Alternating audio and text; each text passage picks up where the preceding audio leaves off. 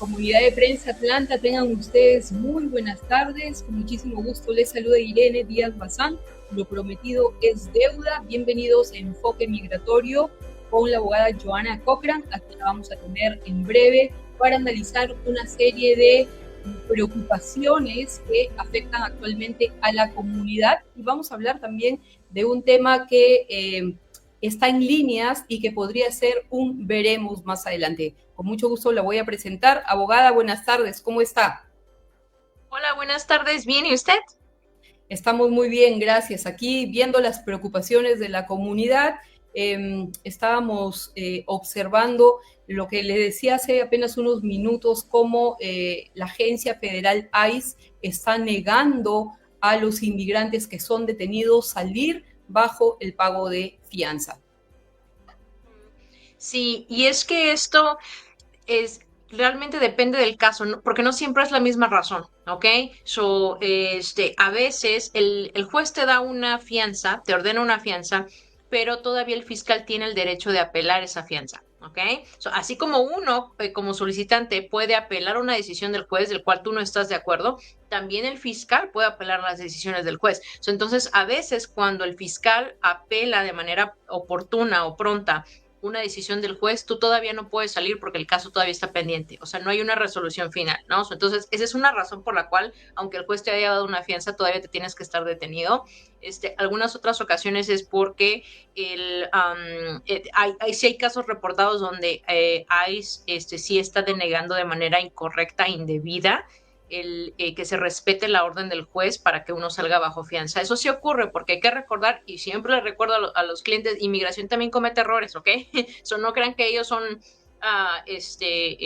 deidades y no cometen ningún error. No, son humanos, ellos también cometen errores. O a veces se le niega la liberación a una persona por error de ahí, si tú tienes que demandarlos o tienes que demandar de que ellos acaten las órdenes del juez, ¿no? Y otras veces es porque la persona no puede salir aún así bajo fianza porque él requiere la presencia en otro condado porque tiene cargos criminales pendientes. ¿Ok? Esa es otra cosa. Se los pueden, el mismo ICE los pueden transferir a una cárcel de un diferente condado porque hay tienen todavía un caso criminal abierto o pendiente y tienen ellos que presentarse a comparecer. Puede ser un millón de razones, pero sí es muy importante que si esto llega a pasar a alguien, consulte con un abogado para tratar de ver cuál es la razón y agilizar la liberación de la persona. Muy bien, gracias abogada. La vemos constantemente haciendo programas e incluso va a tener pronto un podcast, ve que estoy muy bien informada. Y algo importante que dijo hoy, la estaba viendo mientras hacía algunas cosas y la estaba escuchando también.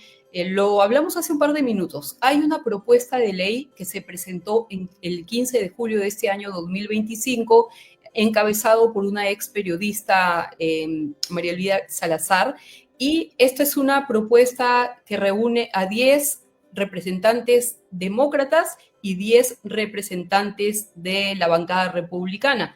Esto, llamado el Acta de la Dignidad, propugna o busca regularizar a algunas personas, no a todos los inmigrantes. ¿De qué se trata, abogada?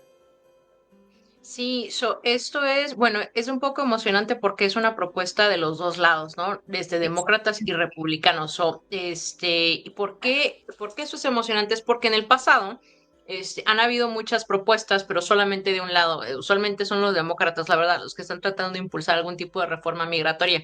Y como son nada más los demócratas, los republicanos no los pelan, no les hacen caso. Entonces, esta vez es una propuesta en conjunto con los demócratas y los republicanos, tratando de impulsar esta propuesta, que de nuevo es una propuesta, no es una ley todavía que ha pasado, no ha entrado en vigor, es una propuesta. Dice que le van a dar residencia permanente a gente que tenga DACA, ¿okay? Acción diferida a jóvenes, los Dreamers, que les van a otorgar una venida para residencia permanente y también a gente que está aquí en los Estados Unidos con una visa de estudiante.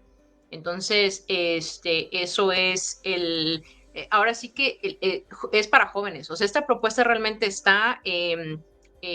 tiene como objetivo el que entre al trabajo, no sé cómo decirlo, al ámbito de trabajo, los jóvenes que tienen algún tipo de instrucción o formación educativa, ¿no? Porque sí, como son los que tienen DACA, tienen que tener al menos su GED o su high school, ¿verdad? Y gente que está aquí en una visa de estudiante, obviamente están aquí por tratar de obtener algún tipo de instrucción.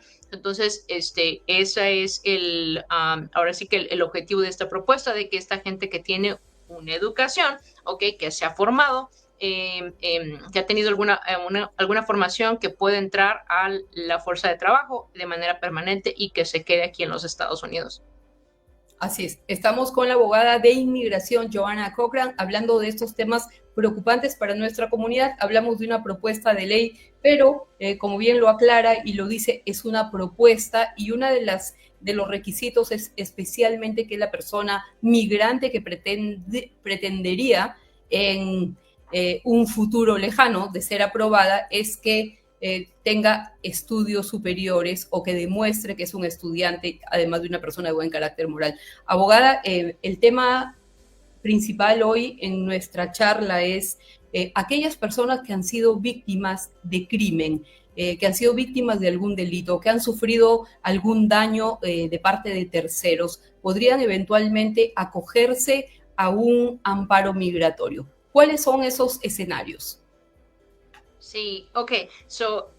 Personas que han sido víctimas de algún crimen podrían calificar para lo que se llama una visa U, ok, o visa de víctima de crimen, también así le llamo. No necesitas tú ser la víctima directa, ok, que quiere decir que no necesitas ser tú al que le pasó el incidente o el crimen. O sea, también puede ser un pariente cercano de la persona que fue víctima del crimen, o puedes haber cooperado con las autoridades para reportar este crimen. Luego a veces me ha tocado manejar casos de visas U para gente que ha sido la persona que contactó a la policía, o la persona que fue a testificar, que identificó a los agresores, que fueron a la corte y que se testificaron en contra de los agresores en el caso. O sea, gente que ha cooperado para que el fiscal pueda arrestar y detener a las personas que cometieron algún crimen. Entonces, si tú has sido una de esas personas, tú puedes calificar para lo que se llama una visa U con servicios de inmigración y regularizarte, obtener la visa y luego la residencia. Este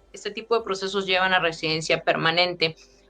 Es un poquito largo porque hay una espera. Tú tienes solamente 10,000 visas U disponible al año, entonces como hay más gente, hay más de 10,000 personas aplicando para una visa U en un año. ¿Ok? Como hay más gente aplicando para estas visas, hay una línea que tú tienes en la que tú tienes que esperar tu turno. Entonces, ahorita la espera, sí es de algún tiempo, nada más para que se dé una idea de la gente. Si tú aplicas para una visa U el día de hoy, apenas Inmigración está aprobando aplicaciones de visa U que fueron sometidas más o menos como por marzo del 2017. ¿Ok? Entonces, es una espera. Vale la pena esperar, sí, porque el objetivo, la finalidad es obtener tu visa, tu permiso de trabajo y eventualmente una residencia en los Estados Unidos. Entonces, ese es el beneficio de ese tipo de procesos. Muy importante no esperar mucho tiempo. Si el incidente, el crimen pasó, no deje mucho tiempo pasar, porque luego es muy difícil convencer que las autoridades trabajen con uno como abogado para que la persona obtenga papeles. Entre más tiempo pase, más difícil es aplicar para una visa U. Entonces, si usted fue víctima de algún crimen el día de hoy, no lo deje para 10 años para poder regularizar su estatus. Hágalo lo más pronto posible. Muy bien. Para las personas que se están uniendo a esta charla, a esta entrevista virtual, estamos con la abogada Joanna Cochran. Traemos algunas preocupaciones. Incluso este tema ya lo hemos hecho antes, pero siempre hay personas que están pendientes de esta situación. De hecho, especialmente madres, mujeres, que han sido víctimas, o que sus familiares, como lo acaba de explicar la abogada, no necesariamente usted puede acogerse a un amparo migratorio, sino alguna otra persona que venga en el caso de usted. Abogada, ¿cuánto tiempo dura más o menos este proceso? Y mientras está en proceso, a las personas, a los migrantes les dan un permiso de trabajo, tengo entendido. Sí, si usted está en espera de una aplicación de visa, como le digo, o sea, ahorita están aprobando las del 2017. Entonces, ahorita estamos en el 2025, ¿verdad? Ahí ya hay unos 8 años de diferencia, ¿no? Eso es lo que uno tiene que esperar. Lo que sí, lo bueno de este proceso es mientras tú estás esperando a que te den la decisión final en tu caso, la aprobación, te van a dejar tener un permiso de trabajo mientras tanto. ¿Ok? Cuando tú aplicas para una visa U, tú puedes también tener contigo en la misma aplicación a tu esposo, en algunas circunstancias a tus padres, hasta tus hermanos también menores, ¿ok? Y tus hijos. Entonces, todas esas personas pueden aplicar contigo al mismo tiempo si quieres y obtener un permiso de trabajo mientras están esperando la decisión final de ese proceso de visa U, que va a tomar varios años. Entonces hay que tener paciencia con eso, ¿verdad? Pero aplicar para un permiso de trabajo es algo que sí te va a sacar de muchos problemas. También te dan acción diferida. Mientras estás esperando tu decisión final en tu petición de visa uso. Y acción diferida, ¿qué es? Es casi, casi lo que tienen los muchachos de DACA. Es permiso al gobierno de los Estados Unidos para estar aquí indefinidamente, ¿ok? O sea, hasta que te aprueben tu petición de visa U, y ese permiso pues te sirve obviamente para que no te deporten, para que tú puedas estar tranquilo, puedas trabajar, obtener tu licencia de conducir y esperar tu turno hasta que te toque tener la decisión final en tu aplicación de visa U. Algo importante que podemos destacar también es que cuando el migrante, la persona, recibe el permiso de trabajo, con eso ya puede gestionar el social y por ende la licencia de conducir. Sí, y usualmente le digo a la gente que lo haga en ese orden, ajá. Tienes tu permiso de trabajo, luego vas y sacas tu seguro social porque te lo van a pedir en la oficina de licencias. Entonces ya luego vas a la oficina de licencias, te pones a estudiar para pasar el examen, ¿ok? De manejo. Ahora, no tienes que sacar una licencia, eso es la otra cosa. Hay gente que no le interesa conducir o que tiene miedo de, ok, entonces ve a la oficina a sacar una identificación oficial.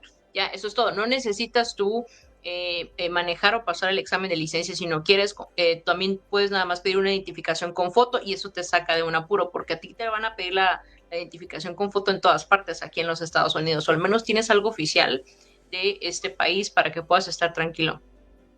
Muy bien, gracias. Estamos con la abogada Joana. Yo le sugiero a las personas que se comunican a través de WhatsApp que de preferencia ingresen a este live, que luego lo tenemos en nuestro canal de YouTube, también lo tenemos en Instagram y lo tenemos en nuestra página web, donde también la abogada recurrentemente escribe artículos bastante actualizados de inmigración y nos ayuda pues a esclarecer en palabras sabias y concretas algunos temas que afectan a nuestra comunidad migrante, incluso a personas que son residentes y ciudadanos. Y precisamente sobre eso quiero preguntarle, abogada, algunas personas que han sido naturalizadas en los Estados Unidos, me refiero que recibieron la buena pro de la ciudadanía, ¿podrían ser sujetas a que se les quite este saludo a la bandera, que es, digamos, la recta final para un migrante? ¿Y cuáles son, digamos, esas consideraciones en las que se basa la ley federal? Sí, la mayoría de las veces obtener la ciudadanía estadounidense quiere decir que ya estás completo, ¿no? O sea, ya no te pueden tocar, no te pueden despedir, sacarte de los Estados Unidos, pero y son raras las ocasiones en que hay gente que ha sido denaturalizada, o sea, les han quitado la ciudadanía estadounidense. Usualmente es porque cometieron fraude. Esa es la razón principal. Para que te quiten la ciudadanía estadounidense, es porque tú cometiste fraude a la hora de meter tus papeles con inmigración. Hay gente que se les hace muy fácil no poner, por ejemplo, que han sido arrestados anteriormente. Dicen que nunca se han metido en problemas, dicen que nada más entraron una vez, cuando entraron varias veces a los Estados Unidos, dicen que nunca han tenido una orden de deportación, que no se han metido en problemas de fraude, un montón de cosas. Hay gente, de hecho, a la que tratan de naturalizarlo porque inmigración argumenta de que el matrimonio por el cual obtuvieron papeles fue falso. Hay veces que, de nuevo, es muy raro, ¿no? Pero hay veces que inmigración se va hasta décadas atrás para checar todo eso. Y es porque a la hora de que tú aplicas por papeles, a la hora que tú aplicas por la residencia, te hacen un background check específico. para eso. Pero a la hora que tú aplicas para ciudadanía, ese background check es mucho más profundo que el que te hicieron anteriormente. Esa vez, cuando tú aplicas para naturalizarte, créeme que te van a checar de todo, a ti y a toda persona que esté relacionada con tu caso de inmigración, que si es el ex esposo, que si es la esposa, la sobrina que también aplicó para algo, alguna mención de alguno de tus familiares que esté ahí en tu aplicación, todo eso lo van a checar. Si alguna vez tú estuviste el proceso de deportación, van a tener todos esos expedientes a la mano y lo van a checar detalladamente para ver que realmente no te hayas metido en problemas nunca, aunque tú no hayas dicho nada. ¿Ok? Entonces, ese background check o búsqueda criminal que te hacen cuando tú aplicas para naturalización es muy profundo y muy detallado. Ahí es cuando la gente a veces piensa, ya la libré, no pasó nada. Pero a la hora de naturalizarte es cuando realmente van a checar y van a ver si pueden encontrar algo. Entonces ahí es cuando a veces llega la gente a decir, fíjese que esto me pasó. Incluso es aplicar para naturalizarte en la entrevista de naturalización es cuando les dicen las cosas a la gente, también así pasa, ¿no? Y cómo te defiendes, tienes que contratar a un abogado, porque eso es muy serio. No solamente van a tratar de quitarte la naturalización si es que ya la tienes, pero también si tú apenas estás aplicando para naturalizarte, si descubren que cometiste algún tipo de fraude o mentiste o te metiste en problemas criminales, te pueden hasta poner en proceso de deportación siendo residente. Entonces es muy importante cuidarse de que todo esté, ahora sí que todo su caso esté bien. Lo que uno dice a la hora de una entrevista es muy importante. Nosotros aquí preparamos a la gente cuando van a sus entrevistas, ¿ok? Si yo siento que hay algún caso que sea un poco delicado, yo sí me veo con la persona y le digo, ¿sabes qué? Tú tienes que tener cuidado con estas preguntas, estas respuestas, estos son los documentos que tienes que presentar. O sea, sí, es un poco de estar guiando a la gente para que sepan qué esperar a la hora de la entrevista y qué decir y qué no decir.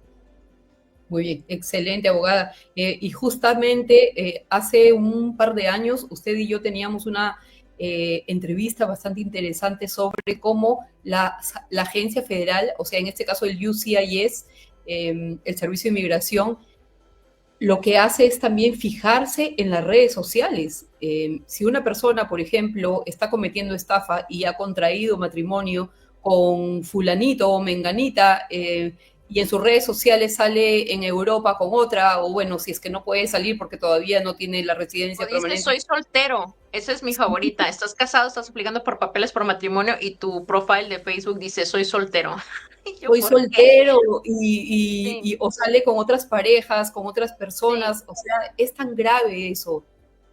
sí, tengo una anécdota. Una vez fui a una entrevista con una persona, y ese sí es cliente, era cliente mío. Esa es una entrevista de matrimonio, ¿ok? De matrimonio. Estás tú tratando de mostrar de que estás casado legalmente con tu esposo y que es un matrimonio verdadero, pues. Entonces, resulta que el oficial de inmigración le dice, a la persona, ¿y por qué aquí en tus estados de cuenta dice que tú pagaste para, ya no me acuerdo cómo se llamaba, pero es uno de esos sitios web donde tú vas a citas con personas, ¿no? Es como Match.com o eHarmony, ese tipo de websites es donde tú vas y estás buscando una pareja, pues es a lo que voy. Entonces, la persona le da estos estados de cuenta al oficial. El oficial, usted piensa que el oficial no va a revisar eso, ¿ok? Este oficial sí lo hizo. Este oficial revisó cada transacción del estado de cuenta y encontró ese pago a el sitio web de donde tú vas a encontrar una pareja y le dijo a la persona, ¿por qué estás buscando una pareja cuando tú estás casado aquí legalmente, vienes aquí con tu esposa, estás pidiendo papeles? Entonces, eso fue un problema, ¿ok? A final de cuentas salió todo bien, pero a lo que voy es de que eh, eh, van a checar tu presencia en las redes sociales, ¿ok? También en qué gastas tu dinero. Si estás haciendo transferencias bancarias, por ejemplo, a la misma persona muy seguido, te van a decir, hey, ¿quién es fulanito? Porque le manda $50 a diario a esta persona.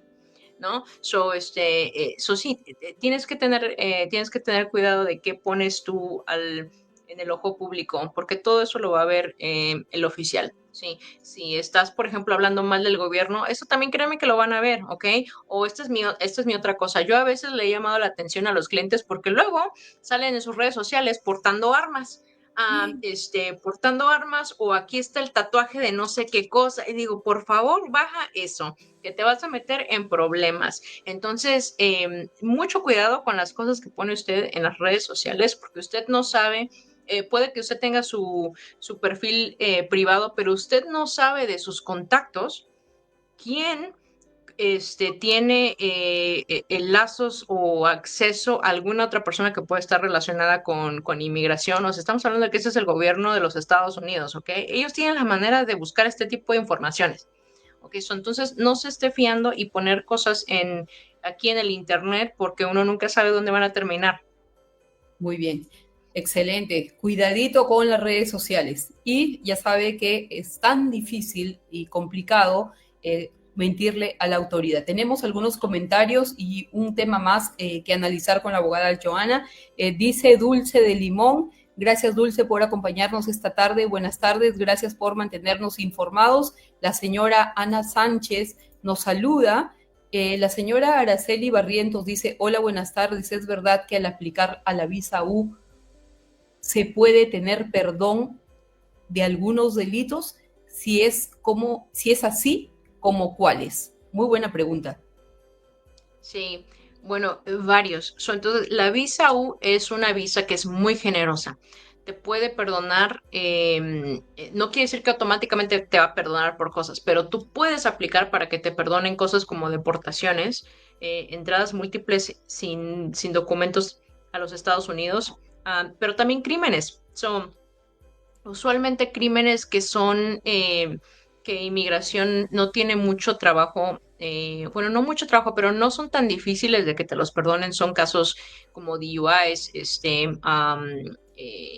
de ahí le tienes que batallar un poquito cuando se trata de violencia doméstica, porque una visa U es una visa de víctima de crimen, ¿ok? Entonces, si tú mismo cometiste un crimen en contra de otra persona, ese es un problema. La ley dice que una visa U te puede perdonar todo excepto ser nazi. Eso es es para lo único que tú no puedes pedir perdón. Ok, si alguna vez has sido parte del partido nazi, te podría perdonar que tú dijiste que fuiste ciudadano estadounidense sin realmente serlo, que votaste en elecciones sin realmente serlo, cometiste fraude, etcétera, etcétera. Pero ya de que te lo perdone inmigración, porque poder aplicar es una cosa, pero que te lo perdone inmigración es otra cosa. Te voy a decir, una vez tuve un caso de una visa U donde una persona era una felonía que tenía en su récord esta persona, tenía un caso muy fuerte de visa U, y de hecho ese caso aún lo estamos peleando, pero la señora había sido condenada de millones de dólares de fraude, eh, multimillones, ¿ok? De dólares de fraude en impuestos, aplicando para un perdón con inmigración denegó ese perdón. No quiso perdonarle la situación a la señora, lo consideró ese crimen bastante fuerte como para ser perdonado. Así que tuvimos que cambiar ahora sí que la estrategia y mejor concentrarnos en un caso en la Corte de Inmigración, ¿no? Que todavía está pendiente, por cierto, lleva años, pero ahí estamos. Pero eso es un ejemplo. Entonces, por ejemplo, un fraude multimillonario, no, probablemente inmigración va a decir esto es muy serio.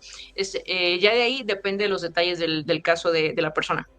Ahora, para eso también se requiere tener una buena estrategia con un abogado penalista para que los casos de delitos o sean dismissed o sean desestimados o en todo caso... Porque si ella hubiese tenido un abogado criminal, si ella hubiese tenido un abogado criminalista, lo juro que no hubiese tenido esa condena. Ese es el otro problema. Ella no tuvo un abogado criminalista, entonces se dijo culpable de todo eso que yo siento que no lo hizo ella.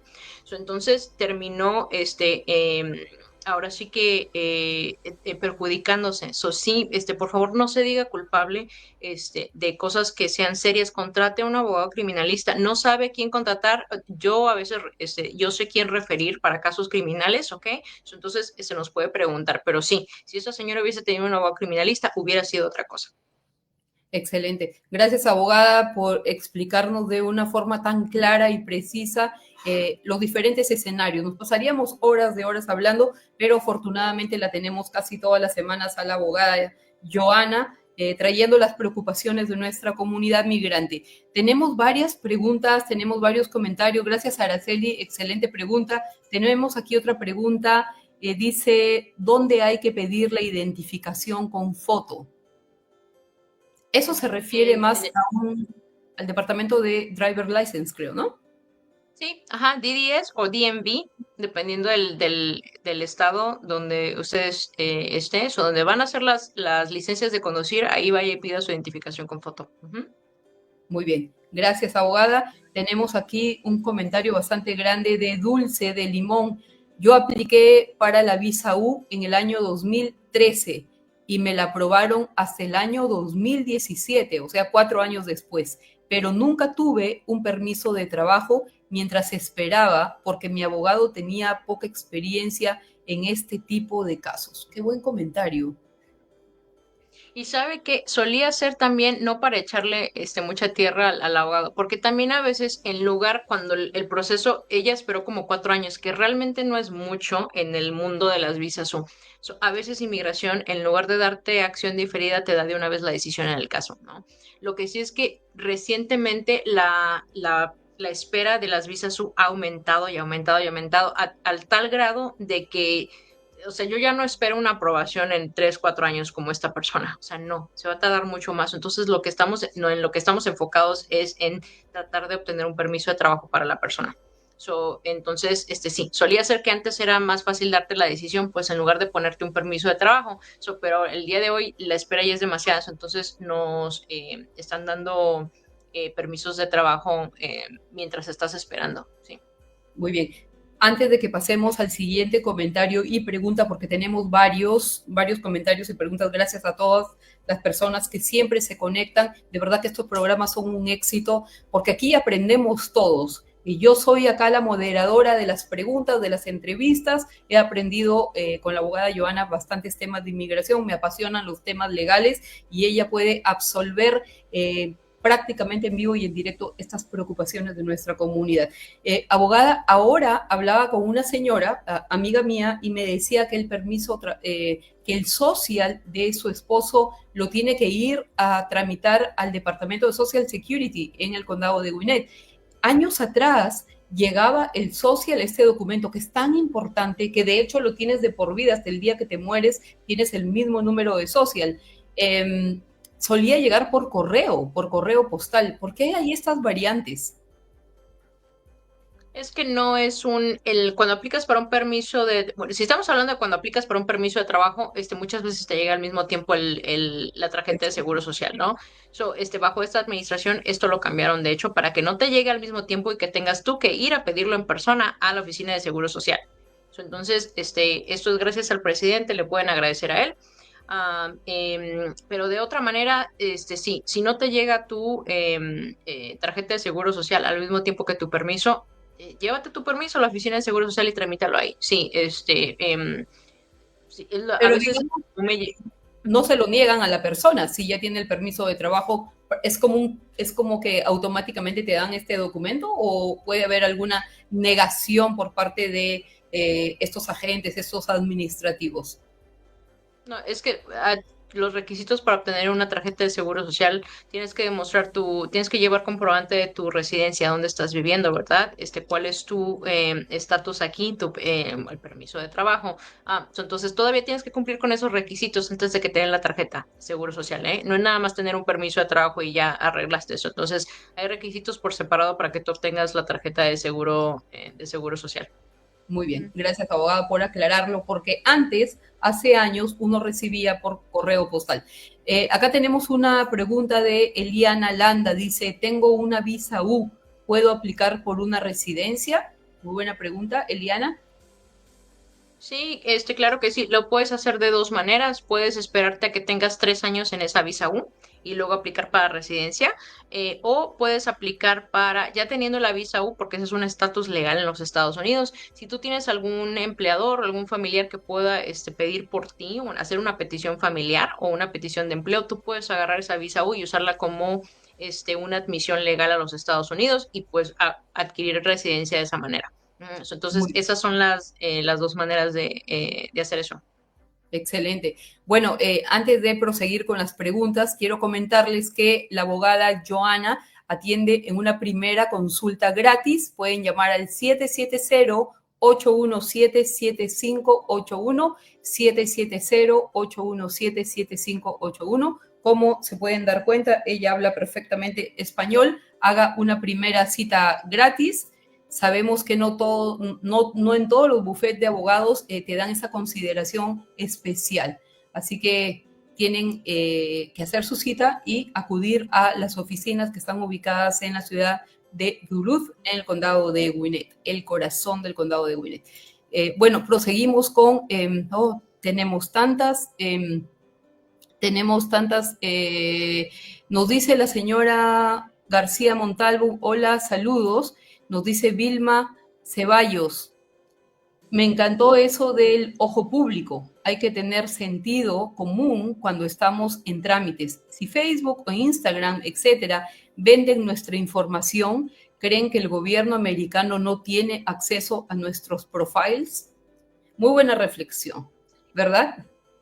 Sí, es que sí, uno sabe, uno pone las cosas en las redes y uno no sabe dónde terminan. Sí, si hay, acuérdese que hay redes, negras, ¿no? De dark web. O sea, lo que tú pongas en las redes sociales, antes de hacerlo, piensa, ¿es algo que yo estaría cómoda con eso si lo supiera el mundo? ¿Sí o no? Porque si no, entonces no lo publiques. No lo publiques, porque te vas a meter en problemas. Sí, uno no, y ninguno de nosotros, yo quiero pensar, no somos expertos en sistemas y computadoras y uno no sabe cómo obtiene el gobierno federal, ni te lo van a decir todo tampoco, cómo obtienen ellos la información que van a usar en tu contra. Entonces no se está exponiendo innecesariamente. Muy bien, excelente. Tenemos por acá otro comentario. Dice Vilma, nuevamente, yo soy del partido de Fujimori. Para los que no saben, Fujimori fue un presidente peruano, ya falleció, y bueno, fue un presidente controversial. Para algunos bueno, para otros no. Muy bien, ahora dice Martín Alejandro, ¿qué tipos de ayudas recibirán los estudiantes internacionales con las últimas noticias de migraciones? Creo que se refiere a lo del acta de la dignidad, abogada. No está aprobada todavía. Sí. Sí, correcto. Hablamos de que es una propuesta. eh, eh, todavía le falta pasar el Senado y falta que sea firmada por el presidente para que sea realmente una ley como tal. Ahorita es solamente una propuesta de que personas en visa de estudiante en los Estados Unidos apliquen para residencia permanente, una green card. Ok, entonces esa sería la propuesta. No hay más detalles ahorita porque apenas fue presentada en la Cámara de Representantes. Como digo, tiene que llegar al siguiente punto, que es la Cámara de Senadores, y ahí le podrían hacer cambios a esto. O sea, yo sé que ahorita estamos hablando de qué es lo que viene en esta propuesta, ¿verdad? Pero todavía se puede cambiar, todavía puede ser que los senadores decidan, vamos a añadirle esto o vamos a quitarle esto, y entonces salga otra cosa completamente diferente, o no salga nada porque no se ponen de acuerdo para votar en ella, ¿no? Ya veremos qué es lo que pasa, pero por el momento esto es lo que dice la propuesta inicial. Muy bien. Gracias, Martín, por la pregunta. Ahí está la respuesta de la abogada Joana. Flor Castro dice, buenas tardes, saludos desde Dalton, Georgia. Gracias. Gracias, Flor. Tenemos a Rosa Rebollar que dice, si un hijo fue víctima, los padres caducan para la visa U. Creo que quiere decir califican para la visa U. Si un hijo fue víctima, los padres pueden calificar para la visa U. Justamente de eso estaba hablando. Sí, a veces. Y más cuando se trata de un menor. Si un menor fue quien fue víctima del crimen, todavía es más claro que los padres podrían calificar. ¿Ok? Si estamos hablando de un adulto, es menos claro. Depende mucho de cuál fue el crimen, de qué tan involucrados estuvieron los padres, porque créanme, ¿no? A veces el hijo es la víctima de un crimen de parte de los padres. ¿Ok? Entonces, en ese caso sí, en ese caso no. A veces un hijo termina siendo la víctima de un crimen porque el padre no interfirió. ¿Ok? Porque el padre dejó pasar. A veces así pasa. Entonces, en ese caso, inmigración no te va a dar papeles a ti. Depende del detalle. Que generalmente sí los padres califican también, pero tendríamos que ver los detalles de este caso en particular. cuando ha habido un padre que ha sido agresor, obviamente, justamente vimos y hemos visto una nota a nivel nacional de una niña de 8 años de edad que fue víctima de su padre y su madrastra, y fue la madrastra, la niña murió lamentablemente. Hay casos así. Aquí en el estado de Georgia también hubo un caso muy sonado hace como 8 o 10 años de una niña afroamericana que la encontraron con una delgadez extrema. O sea, hay casos así, lamentablemente, en que los niños son abusados. También hay una serie de noticias negativas que están en referencia a los niños. Bueno, abogada. Voy a decir algo, hablando de eso, a veces no necesariamente puede ser una visa U para el menor, también puede ser si el menor, en este caso, cuando los padres fueron negligentes o abusaron del menor, también el menor, si el menor necesita papeles, el menor también puede aplicar para lo que se llama una visa de inmigrante juvenil especial. ¿Ok? Y eso es residencia. Entonces, esta visa es para gente que les hace falta uno o dos de los papás. Pueden estar los papás aquí dentro de los Estados Unidos si quieren, pero si los papás han abandonado prácticamente al hijo, todavía el hijo califica para este beneficio. Entonces, depende de los detalles del caso, qué es lo que le convenga más al menor hacer. Muy bien, excelente. Justamente eso se presentó mucho de la visa SIJ en la época, creo que fue el gobierno de Barack Obama, en que hubo un flujo considerable y determinante de menores no acompañados que llegaban a los Estados Unidos. Yo cubrí muchos de estos casos de niños que llegaban por la frontera y luego los enviaban con un documento hasta el estado de Georgia, diferentes ciudades, diferentes condados del estado de Georgia, y estos niños pues podían acogerse a esa visa. Sí. Sí, correcto. Sí, y es lo mismo, eso no ha cambiado. Trump está queriendo quitarle acción diferida a esos jóvenes, de hecho, a los que aplican para ese tipo de visas, pero bueno, ya veremos qué es lo que pasa. Así es. Bueno, Trump quiere quitar casi todos los beneficios migratorios. Dice Frank Israel, buenas tardes, abogada. Si tuviéramos delitos menores, no DUI, respecto al tráfico o a un delito de tráfico menor, ¿es necesario pedir perdón? Muy buena pregunta. Ok, si está aplicando para una visa U, probablemente no. No es necesario pedir perdón. Le digo probablemente porque luego lo que usted define como delito menor no es necesariamente lo que yo defino como delito menor, ¿eh? A veces hay gente que piensa que algo es un delito menor porque se dice misdemeanor en inglés, pero también hay misdemeanors o delitos menores que son relacionados con violencia doméstica o que son relacionados con drogas, armas, parafernalia, que sí necesitas un perdón para eso. Entonces, poniendo eso en un paréntesis, ¿verdad? Generalmente si son delitos menores, no, pero dice de tráfico, perdón, sí, Tráfico. me salté eso. No, si son violaciones de tránsito, no, No de usualmente tráfico, no no de necesitas. tráfico de drogas, sino de tránsito. Sí, perdón, de Vehiculares. tránsito. Si son violaciones de tránsito, no, usualmente no necesitas tú un perdón si estás aplicando para una visa U, ¿ok? Necesitarías un perdón para otros tipos de crímenes más serios u otras violaciones como es una orden de deportación, entradas múltiples sin documentos a los Estados Unidos, etcétera, etcétera. Pero sí, de tránsito no. Muy bien. Gracias, abogada. Nos dice Araceli Barrientos que muchas gracias. Y sí, Rosa Rebollar corrige y dice califican cuando hablaba del tema de los menores. Muchas gracias, Rosa. Y Esperanza dice excelente información. Muchas gracias, Esperanza.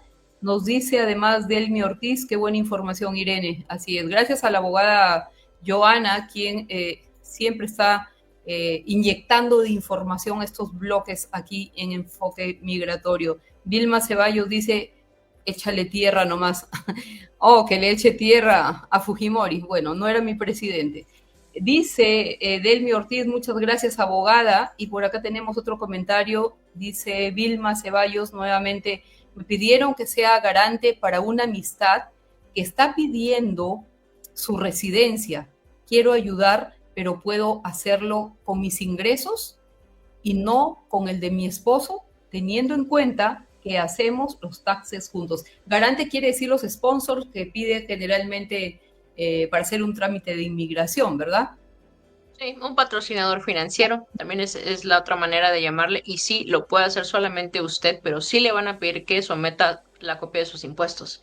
Ok, so si usted lo hizo junto con su esposo, esa información la va a tener inmigración.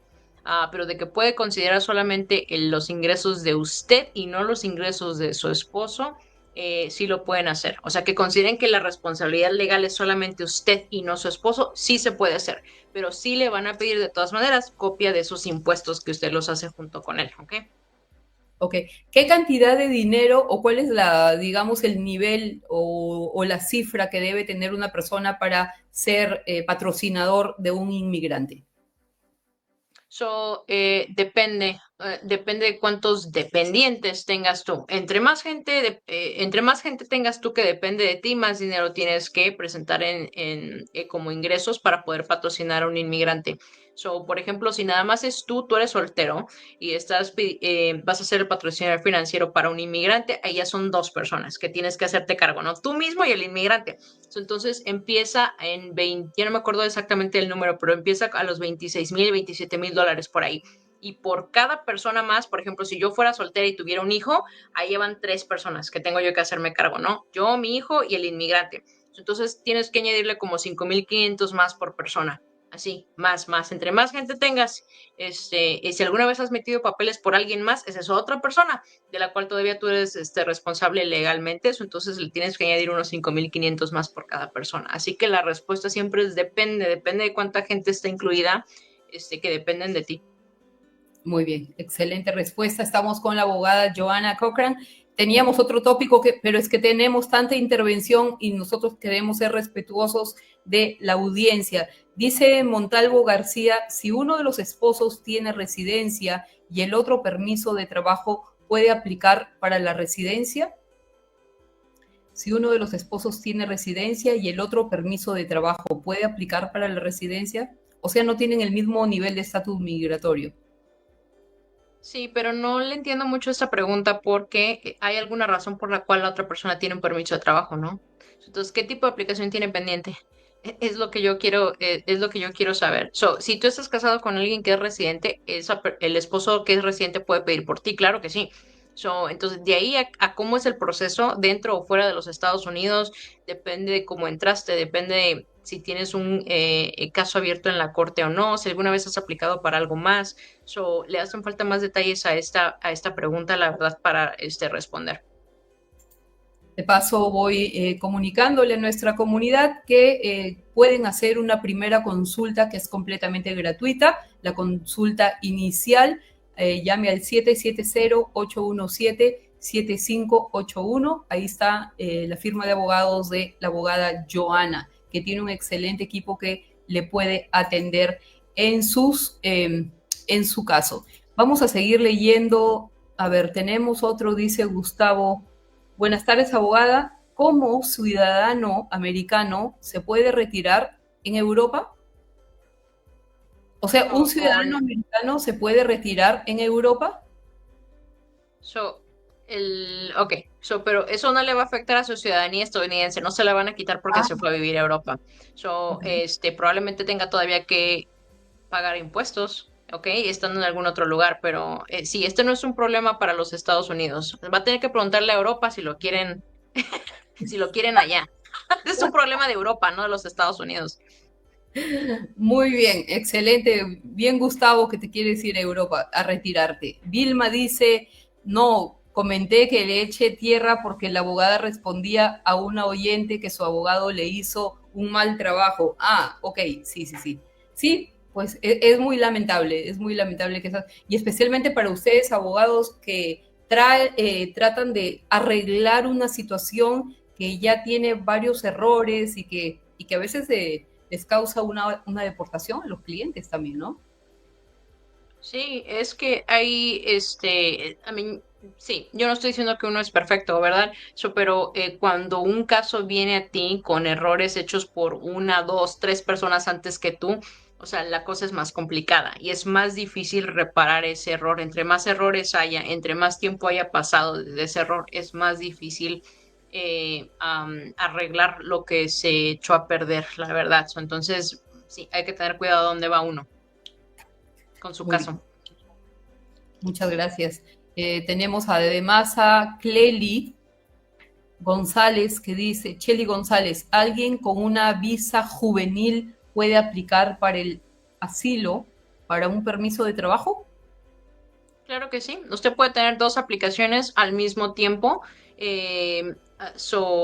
y puede ver si una le resulta o la otra no, ¿ok? Pero puede perseguir los dos tipos de aplicaciones al mismo tiempo. Sí, no hay problema. Excelente, gracias abogada. Estamos con la abogada Joana absolviendo algunas preguntas e inquietudes de nuestra comunidad. Tenemos otra pregunta por acá, la señora Rosa dice, mi hijo fue víctima y es el nacido aquí. ¿Los padres califican para la visa U? Es Rosa la que tenía la pregunta así, no muy bien. Ahora nos estructura bien la pregunta. Dice, mi hijo fue víctima y él es nacido aquí. ¿Los padres califican para una visa U? Probablemente sí.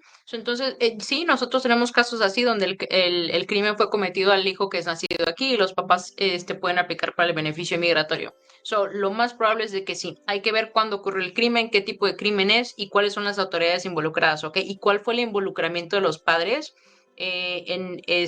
ahora sí que en arrestar y al agresor o lo que sea que haya pasado. Entonces, pero generalmente sí. Entonces, tengo una consulta con un abogado para ver eso. Muy bien. De paso, yo les voy comentando que si tienen alguna duda pueden hacer una consulta inicial con la abogada Joana y su equipo al 770-817-7581. ¿Ok? Tenemos unas preguntitas más. Dice Dulce de Limón, cuando yo sometí mi aplicación también agregué a mi esposo y los dos fuimos elegibles al mismo tiempo. Yo era principal y mi esposo fue mi derivado. O sea que el caso fue de ella, víctima de visa U. Sí. Se puede agregar a otras personas, como usted lo explicó. Claro que sí. Sí. O sea que es una visa bastante, digamos, conveniente en ese caso, porque otras personas también se benefician a través de ti. Es lo que está tratando de explicar la abogada. Muy bien. Vilma dice, fui garante de un sobrino hace 4 años. Él ahora es ciudadano y militar. ¿Puedo ser garante otra vez para una amistad? ¿Tiene algo que ver el tiempo entre ambos casos? Uno puede ser garante de muchas personas, ¿verdad, abogada? Sponsor, sí, patrocinador. Sí, exacto. Pero el tiempo tiene mucho que ver, sí. Esa es una buena pregunta. Cuando tú eres patrocinador financiero para propósitos de inmigración, cuando tú eres un patrocinador financiero de una persona, tú tienes esa responsabilidad legal. O sea, la persona que va a responder financieramente ante el gobierno americano eres tú como sponsor financiero. Okay, es un contrato que tú y el gobierno de los Estados Unidos están firmando, no es cualquier cosa. Entonces, antes de tú ser patrocinador financiero por alguien, tienes que checar que realmente conozcas a esta persona, porque si esta persona se queda de ver al gobierno americano, van a ir en contra tuya como sponsor financiero, te voy a decir, ¿ok? Ahora, no es una responsabilidad que sea de por vida. ¿Cuándo es que termina tu responsabilidad? Cuando el inmigrante fallece, ahí ya no hay más responsabilidad, ¿verdad? Cuando el inmigrante es deportado y sale de los Estados Unidos, ya no tienes tú la responsabilidad ahí. Cuando el inmigrante se vuelve ciudadano estadounidense, ya no eres responsable ahí. Y también cuando el inmigrante tiene más de, esto es un estimado, pero más de 10 años de trabajo en los Estados Unidos, porque ya se puede sostener él solo. Entonces ya no tienes la responsabilidad financiera de esta persona. Pero luego la gente piensa, yo me casé con fulanita y yo fui su sponsor financiero y nos divorciamos. Todavía es tu problema, señor. Sí, todavía es tu problema. Aunque te divorcies, todavía tú eres el responsable financiero ante el gobierno americano porque firmaste como su sponsor financiero. Así te hayas divorciado. ¿Ok? Entonces, mucho cuidado. En este caso, para contestar la pregunta de esta persona, dice que el sobrino ya se volvió ciudadano. Ya no tiene la responsabilidad legal entonces de esta persona. Ya no. Así que puede ir y patrocinar a alguien más si quiere. Muy bien. El sobrino ahora es ciudadano y militar. O sea que puede patrocinar a esta otra persona. Pero una pregunta, abogada. Digamos que al ser garante o patrocinador de una persona tienes que demostrar que tienes solvencia económica. ¿Hay un límite de dinero para eso, para ser patrocinador de un third party, o una tercera parte? Hay un límite, no lo De, entiendo. O sea, que o tengo sea, mucho dinero. sí, hay una cantidad de dinero, más de $80,000 al año. ¿Cuánto debes ganar, mejor dicho, anualmente para patrocinar a una persona que está pidiéndote que sea su garante y que no tiene, digamos, los requisitos económicos? Sí, es lo que contesté. Depende de cuántos dependientes tengas tú. Sí, sí, So, sí, pero si es una sí. sola persona. Ok, muy bien. Ok, gracias, abogada.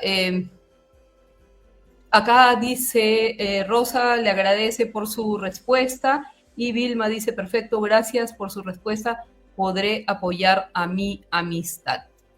Abogado, usted acaba de mencionar algo que me hace recordar un caso aquí en nuestra comunidad de una pareja que conocí. Ella lamentablemente falleció y él eventualmente, a pesar de que estaban haciendo sus trámites migratorios e incluso ella se había divorciado, él pudo solucionar su problema migratorio incluso tras la muerte de ella. Cuando una persona fallece, una persona que está, digamos, en el argot criollo, arreglándole los papeles a otro y muere, la otra persona, la beneficiada, puede proseguir con el caso presentando un documento de no existencia, de muerte o algo de eso. Cuando alguien, Sí, uno, sí, generalmente sí, no en todos los casos, ¿ok? Pero generalmente sí se puede. Tú puedes, por ejemplo, pedir algún tipo de excepción, o puedes encontrar un sustituto. Un sustituto como patrocinador financiero. Eso depende de qué tipo de caso estaba tratando de hacer esta persona, pero generalmente sí se puede seguir. se puede seguir, aunque la persona haya fallecido. Sí. Muy bien. Ujú. Hay que presentar documentos. Gracias, abogada. Quiero recordarles a nuestra comunidad que pueden llamar a este número de teléfono 770-817-7581. En la oficina de la abogada hay muchos casos que se resuelven y varios de ellos son de asilo, que son complicados, abogada, pero que usted a través de las redes sociales nos comparte algunas de sus anécdotas y de la forma como usted tiene que luchar ante un juez que a veces no es muy agradable en sus términos jurídicos para darle el beneficio migratorio a su cliente. Pero hace poco Correcto. compartió una historia que pues obviamente nosotros la seguimos, una historia de éxito que le costó mucho. ¿La puede compartir con nosotros? Sin dar nombres, por supuesto. Ujú. Pero ¿cuál de todas? Ay, sí. Pero ¿cuál de todas las historias de éxito? Una, Bueno, a ver, una de las que compartió hace, creo que fue hace como 6 días en su cuenta personal, a mí me llamó mucho la atención, yo la compartí también porque ahí dijo que su cliente había sido, sí, hace 6 días, había sido aprobado con la ciudadanía estadounidense. Mire qué tal memoria la mía, hace 6 días exactamente. Le tomó 10 sí, años de pelea, 10 años, por Dios. sí, más o menos le tomó como unos 10 años. Y él está casado con una ciudadana estadounidense, ¿ok? Esa fue la base de él obtener la residencia primero, y ya luego, pues obviamente te tienes que esperar al menos 3 años si estás casado con un ciudadano para aplicar para naturalización. Y él sí le pasó de todo porque lo acusaron creo que llegó aquí a los Estados Unidos con una visa de estudiante hace mucho tiempo, si bien recuerdo, y luego fue que conoció a su esposa. En algún momento se metió en problemas criminales, le dieron una condena por asalto agravado, porque se peleó con alguien allá en un bar. Ya no me acuerdo los detalles, pero le dieron una condena de asalto agravado, lo cual a él lo puso en proceso de deportación expedita, ¿ok? ¿Qué quiere decir eso? Quiere decir, exportación expedita, no pasas enfrente a un juez de inmigración, te la da ahí mismo el oficial de inmigración, ¿ok? Y si tú tienes algo bastante serio en tu récord, como lo es asalto agravado, que era una felonía, te van a dar una deportación expedita ahí mismo. Entonces, ¿qué fue lo que hizo él? Contrató a un abogado criminalista, Ojo, y el abogado criminalista le reabrió el caso criminal y se deshizo de esa condena. Entonces ya no tenía el señor esta condena. Entonces, ¿qué fue lo que yo hice? Le pedí a Migración de que reabriera la orden de deportación que tenía él, porque él ya no tenía esa condena, la cual era la base de esa orden de deportación. Inmigración reabrió el caso de él y ahora lo puso en corte de inmigración, enfrente de un juez de inmigración. Y allá vamos con el juez de inmigración, ¿no? Que el señor, obviamente argumentando de que el señor se quiere quedar, esto y el otro. Le cerramos el caso de él en la corte de inmigración. Casi lo querían detener, entonces lo pusieron una orden de supervisión, terminó su orden de supervisión, se quedó con su residencia, esperó el tiempo adecuado, fuimos ahorita a la entrevista de naturalización y ya todo salió bien. Y me faltó algo porque él ya había tenido una entrevista de residencia hace tiempo y le dijeron que no se lo iban a aprobar porque ahí mismo lo pusieron en proceso de deportación. Entonces tuve que demandar al gobierno, los demandé, ¿ok? Los demandé porque me decían, no lo dejaban, decían que él no tenía un caso en la Corte de Inmigración, pero que al mismo tiempo no le daba la residencia UCIS porque porque tenía un caso en la Corte de Inmigración. Entonces, así lo traían al señor, como que, no, tú hazlo, no, tú hazlo. O sea, horror. sí, entonces los demandé porque dije, alguien me va a dar aquí la decisión para que ese señor ya regularice su estatus. Entonces, ya con eso ah, eh, le cerramos el caso en la Corte de Inmigración, ya regresamos a UCIS para que obtuviera la residencia y ahorita fue que aplicó para naturalización. Pero en ese caso fueron como 10 años de eso, yo hice de todo en ese caso, creo, este, eh, porque sí, la verdad es que le pasó de todo y la verdad es que a veces así pasa, no todo el mundo tiene un caso muy lineal, así de que, ay, haces esto y el otro. A veces te tienes que ir así, de que va aquí, acá, ajá, para poder llegar a la meta. Y la verdad es de que él tuvo mucha paciencia y mucha fe en este proceso y todo salió bien, pero Es sí vi ciudadano. de casi todo. Sí, ajá, correcto. Ya vi de casi todo en ese caso. Luego, pues la felicito por todos sus éxitos legales, abogada. Sabemos que no es fácil ahora mismo ser un abogado de inmigración, especialmente cuando las políticas migratorias no ayudan mucho. Creo que en el gobierno pasado había un poco más de calma y un poco más de éxito para lograr que los clientes, que los inmigrantes pudieran favorecerse de algún beneficio migratorio, ¿verdad? Sí, sí, pero las cosas son más difíciles el día de hoy y la verdad es que la gente también tiene que tener más paciencia. Ok, tienes que tener más paciencia en cómo va tu caso. Los abogados tenemos que estar más preparados, tenemos que saber hacer más cosas. Estrategias, Ahorita ¿verdad?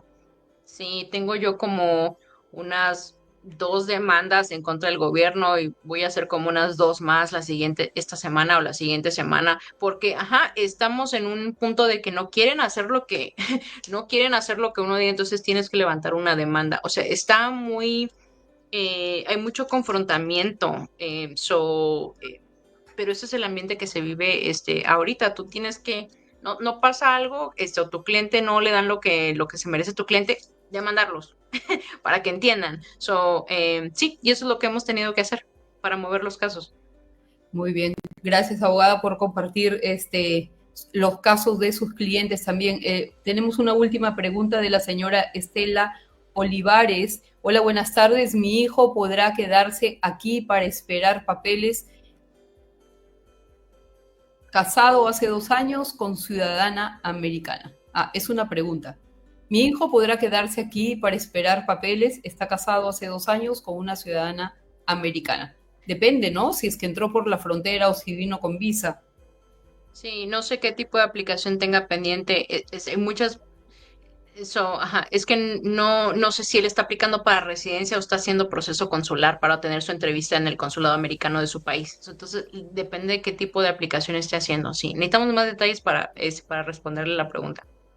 Muy bien. Y Araceli dice, abogada, sobre los nuevos casos de petición de personas al pedir perdón, leí que prácticamente al meter la aplicación, al sacarles las huellas y datos biométricos, le van a dar la deportación. No, a ver. Darte una deportación no pasa de un día de la noche a la mañana, a menos de que tú, como le digo, a menos de que como el caso de mi cliente que tuvo una condena seria, ¿no? Ahí sí, te la van a dar ahí mismo. Pero nada más porque te presentes a tu cita de huellas, lo que puede pasar es de que te puedan enviar un citatorio para que te presentes a la Corte de Inmigración, ¿ok? Y tengas que defenderte de una deportación en frente del juez de inmigración. Eso no quiere decir que te van a dar una orden de deportación, no, todavía tienes que defenderte en contra de ese proceso de deportación. Entonces, lo que sí es cierto es de que el día de hoy, por una cita de huellas, no, lo dudo mucho, ¿eh? Pero si te deniegan un caso, si te deniegan un caso o tú abandonas un caso con inmigración, sí puedes correr el riesgo de que te manden un citatorio para que te aparezcas en la Corte de Inmigración. Eso sí puede pasar. Más vale hacer las cosas bien para minimizar el riesgo de que su aplicación sea denegada. Eso es lo que yo diría. Ujú. Muy bien. Ya tenemos una hora al aire. La abogada tiene que seguir con sus actividades. Y ahora sí esta sí es la última pregunta. Dice Marevi Miranda, tengo una pregunta. ¿Hay algo que se puede, si he vivido ya más de 2 décadas, tengo hijos mayores de 21 años nacidos en los Estados Unidos, ¿habrá algo que se pueda hacer? Buena pregunta. So, Es sí, una lo que sí es que esta pregunta es muy abierta y no da muchos detalles, ¿ok? Porque si tú, depende mucho si no tienes una entrada legal a los Estados Unidos, necesitas tú hacer un perdón y el perdón no lo puedes hacer por medio de hijos. Tienes que hacerlo de parte de un esposo o un padre que es residente o ciudadano. Entonces, depende. Ahora, ¿hay alguna manera de que esta persona obtenga una entrada legal? Que, por ejemplo, aplique para un permiso de viaje o que aplique para otro beneficio que le pueda dar un estatus legal, depende de los detalles del caso. Entonces, nada más con esto que me cuenta de que tiene 20 años viviendo aquí, tiene hijos que son ciudadanos, no es suficiente para yo saber si usted califica para residencia o no, ¿eh? Necesita más detalles en el caso suyo. Nos puede echar una llamada, la consulta inicial es gratis. La consulta inicial es gratis, 770-817-7581. Vamos a despedir a la abogada Joana prometiendo a toda nuestra comunidad que vamos a tener más programas, así que se pueden sentir libres de escribirnos a través de inbox o de nuestro teléfono en WhatsApp para poder saber cuáles son sus inquietudes. A veces hay temas que no se nos habían ocurrido antes y con todo el devenir de las cosas migratorias que están ocurriendo, pues no caemos en cuenta que hay casos delicados, incluso migrantes con niños que tienen defectos de nacimiento o que tienen capacidades, habilidades especiales, que es la palabra correcta. Y bueno, hoy hay un sinnúmero de casos de migrantes que están tratando de luchar por tener un ajuste migratorio. ¿Okay? Quiero agradecerle a la abogada Joana por estar con nosotros.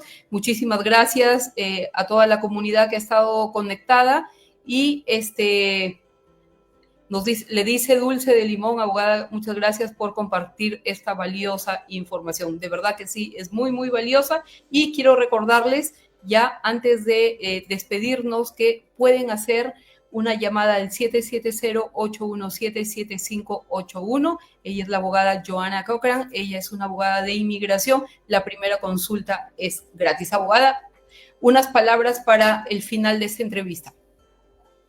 Sí, bueno, creo que usted ya lo dijo. Consulte con un abogado. Hoy estaba hablando en el live que tuvimos el día de hoy de la gente que va a la Corte de Inmigración sin abogado, ¿ok? Y que a veces las cosas no van como uno pensaba porque piensan que el preparador les hizo un buen trabajo en sus aplicaciones y resulta que no. Entonces consulte con un abogado, ¿ok? Y no vaya solo a su corte. Así es, no vaya solo a su corte. Sabemos de casos que los han detenido ahí en el momento de su consulta, en el momento de su corte, incluso en los edificios de acá, de ICE, de Atlanta, en Ted Turner creo que es, sabemos de esos casos. Gracias, abogada Joana, y nos vemos muy pronto para poder conversar de otros tópicos. Sí, hasta luego. Hasta luego. Síganla a través de sus redes sociales en Instagram, en TikTok y también pronto va a tener un podcast, así que siempre está dando pastillas informativas a toda nuestra comunidad. Este es el número de teléfono al que pueden llamar para hacer una consulta inicial. Voy a despedirme y regreso en 5 minutos, voy a tomar un vaso de agua y les voy a explicar cuál es la dinámica de el concurso o los sorteos que vamos a tener. Vamos a tener 3 eventos, así que ya vengo. Si me dan un espacio, voy a traerme un café y ahora mismo regreso. ¿Ok? Irene Díaz Bazán.